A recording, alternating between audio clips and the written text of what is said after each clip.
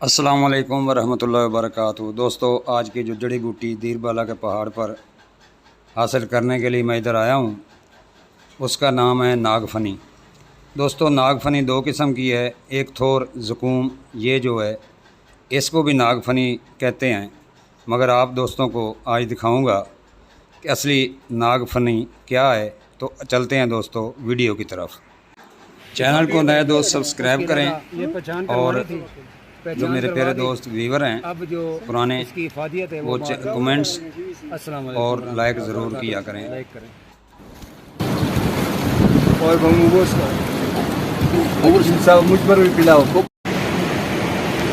अस्सलाम वालेकुम रहमतुल्लाहि व बरकातहू। ये प्यारे दोस्तों नागफनी रीछ बहुत इस्तेमाल करता है क्योंकि ये बहुत ताकत वाला होता है। मेरे दोस्तों, ये पेट के कीड़ों के लिए तो इसको कोबरा प्लांट कहते हैं अंग्रेज़ी में। और ये देखो, बिल्कुल ये सांप की तरह है। इसका फूल जो है ऐसे लगता है जैसे सांप है, ये देखो।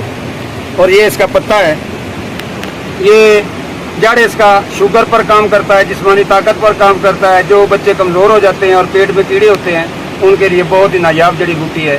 इसको कोबरा प्लांट कहते हैं। दोस्तों, आपकी खातिर देखो हम कहाँ कहाँ आते हैं।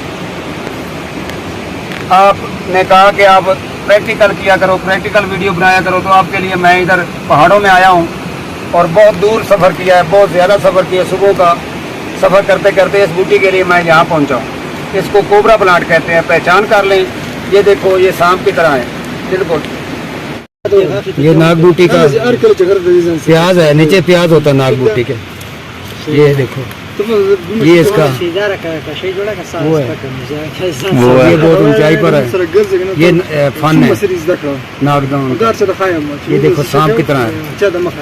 यो इसको नाग बूटी कहते हैं और पश्तो वाले वो भी नाग मारदा बूटी कहते हैं। मारदा, शाम को मार कहते हैं, मारदा बूटी, मारदा बूटी।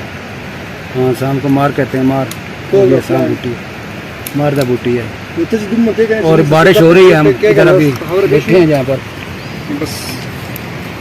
यहाँ पर बारिश हो रही है बहुत ज़्यादा।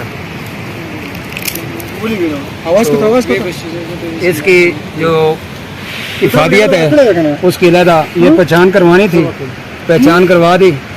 अब जो इसकी इफादियत है वो बाद में बताऊंगा। अस्सलाम वालेकुम रहमतुल्लाहि व बरकातहू। लाइक करें।